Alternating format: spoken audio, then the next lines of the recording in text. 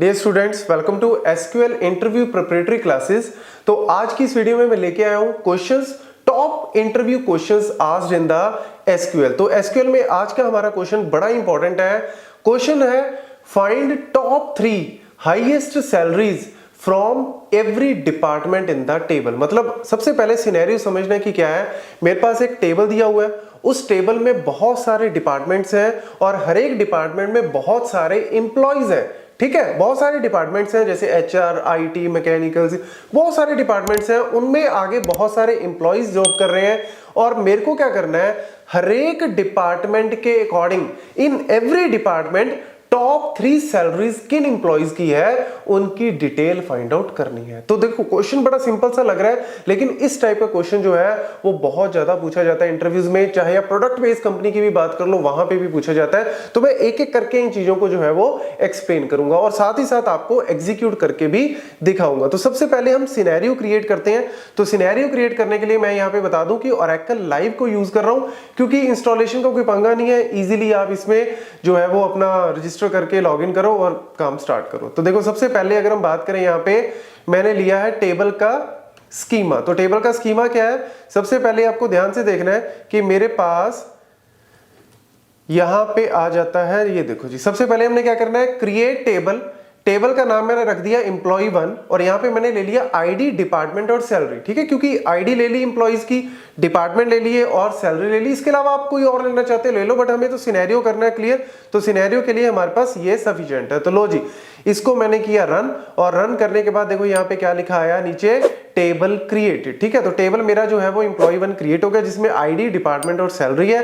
अब नेक्स्ट हमें क्या करना है, यहाँ पे इंसर्ट करनी है वैल्यूज। तो यहाँ पे मैं क्या कर रहा हूं, वैल्यूज को इंसर्ट कर रहा हूं। तो वैल्यूज को देखो ध्यान से, क्या क्या वैल्यूज इंसर्ट कर रहा हूं। तो मैंने यहाँ पे लिया है एक तो आईटी डिपार्टमेंट और एक मैंने लिया है यहाँ पे एचआर डिपार्टमेंट। आईटी और एचआर, और हर एक में मैंने 4 रोज यहाँ पे इंसर्ट किए हैं। तो 4 रोज एचआर में है, 4 आईटी में है।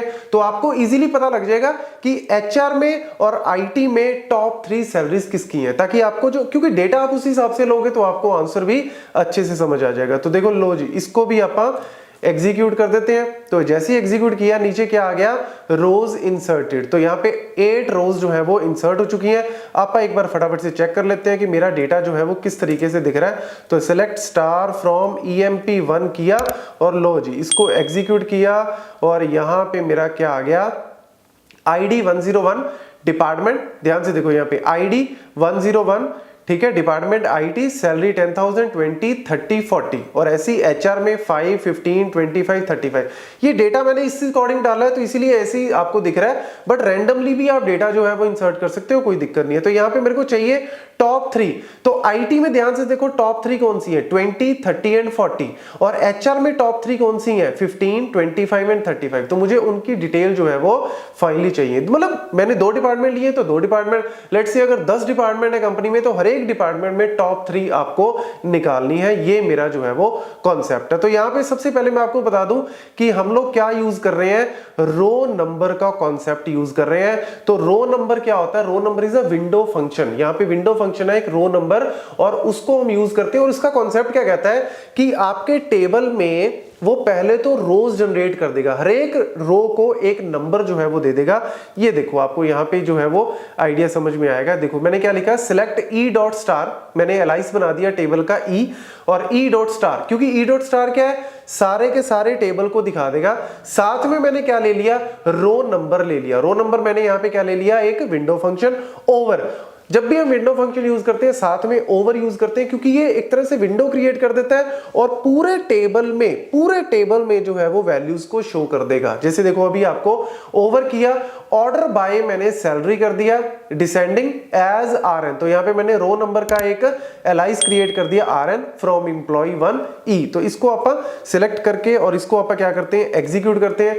तो जैसे ही इसको मैंने एग्जीक्यूट किया यहाँ पे, तो मेरे पास क्या आउटपुट आई, मेरे पास यहाँ पे आउटपुट देखो क्या आई, आईडी, डिपार्टमेंट और सैलरी तो पहले था ही, आईडी, डिपार्टमेंट, सैलरी तो पहले था ही, लेकिन यहाँ पे एक रो नंबर जो है वो एक्स्ट्रा ऐड हो गया। तो हर एक रो को एक नंबर दे दिया, जैसे आईटी, एचआर, आईटी, ये इस तरीके से आपको हर एक रो को एक यूनिक नंबर जो है वो क्रिएट हो गया। और ये देखो आपको पूरे टेबल में एक एक्स्ट्रा कॉलम बन गया जिसमें सारी की सारी रोज का नंबर आपको दिख रहा है। और यहाँ पे आपको लगेगा कि सर आईडीज ये उल्ट पुल्ट कैसे होगी, क्योंकि एक्चुअल में मैंने सैलरी वाइज इसको किया है, लेकिन यहाँ पे हमें डिपार्टमेंट के अकॉर्डिंग भी इसको कन्वर्ट करना पड़ेगा। ये तो रो नंबर्स पूरे टेबल में आ गई 1 2 3 4 5 6 7 8, लेकिन मुझे डिपार्टमेंट वाइज चाहिए। तो डिपार्टमेंट वाइज करने के लिए मेरे को क्या करना पड़ेगा, यहाँ पे मैं यूज करता हूं पार्टीशन। यहाँ पे क्या यूज करता हूं, पार्टीशन।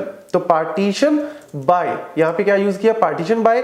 और किसके अकॉर्डिंग मुझे पार्टीशन करना है, डिपार्टमेंट के अकॉर्डिंग मैं पार्टीशन कर देता हूं। तो पार्टीशन कर दिया, यहाँ पे मैं इसको दोबारा से फिर एग्जीक्यूट करता हूं।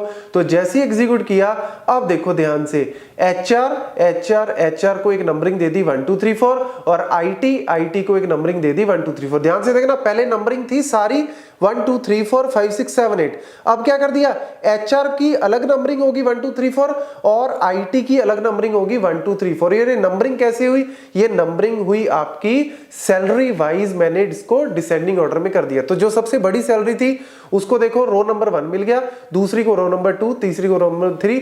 ऐसे ही आईटी में भी जो सबसे बड़ी सैलरी थी 40,000, रो नंबर 1 2 3। अब देखो आपको पता लग रहा है, अब आपको थोड़ा सा आइडिया लग जाएगा कि सर टॉप 3 निकालनी है ना, तो यानी मैं रो नंबर पहले 3 निकाल दूं तो मेरा बात खत्म। देखो ना, आप अगर रो नंबर 1 निकाल दो, रो नंबर 2 निकाल दो, रो नंबर 3 निकाल दो, तो आरएन 1 2 3 क्या शो कर रहे हैं, टॉप 3 सैलरीज ही तो शो कर रहे हैं एचआर में। ऐसे ही ये वाले आरएन 1 2 3 क्या शो कर रहे हैं, आईटी में टॉप 3 सैलरी शो कर रहे हैं। तो अगर इसके अलावा और डिपार्टमेंट भी होता तो उसमें भी 1 2 3 4 इसी तरीके से आपकी नंबरिंग जो है वो आ जाती। तो यानी इसी जो रिजल्ट को मैं आगे क्या कर रहा हूं, यूज कर रहा हूं। तो मैं यूज करने के लिए क्या किया, सेलेक्ट स्टार फ्रॉम, इसको बोलते हैं query from source. Select star from, generally हम लिखते हैं select star from table name, ऐसे लिखते हैं select star from table name where this. यहां पे सेलेक्ट स्टार फ्रॉम के बाद मैंने पूरी एक क्वेरी ही लिख दी है, पूरी एक क्या लिख दी, क्वेरी। इसको बोलते हैं क्वेरी फ्रॉम सोर्स, जहां पे हम एक क्वेरी का रिजल्ट जो है वो दूसरी क्वेरी के आउटपुट से निकाल रहे हैं।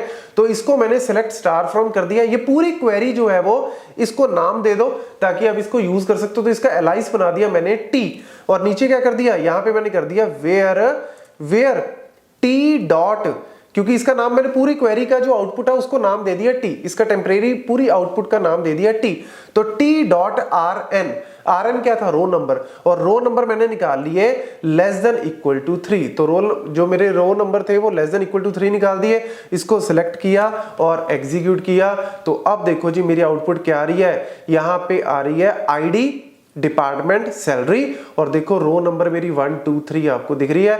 तो यानी टॉप 3 सैलरीज कौन सी थी एचआर में, 35 25 15 वो आ गई। आईटी में टॉप 3 कौन सी थी, 40 30 20, तो जो 10 थी वो भी डिस्कार्ड होगी, और एचआर में 5 मिनिमम थी वो भी आपकी डिस्कार्ड होगी। तो कोई भी टेबल हो, इसमें तो सिर्फ 8 रो है, अगर आपकी 8,000 क्या 80,000 क्या 8 लाख रोज भी होती हैं, 10 20 50 डिपार्टमेंट भी होते हैं, तब भी ये क्वेरी आपको एज इट इज सही आंसर ही देगी। So this is how you can do top 3, how to find top 3 salaries in every department of the table. Thank you.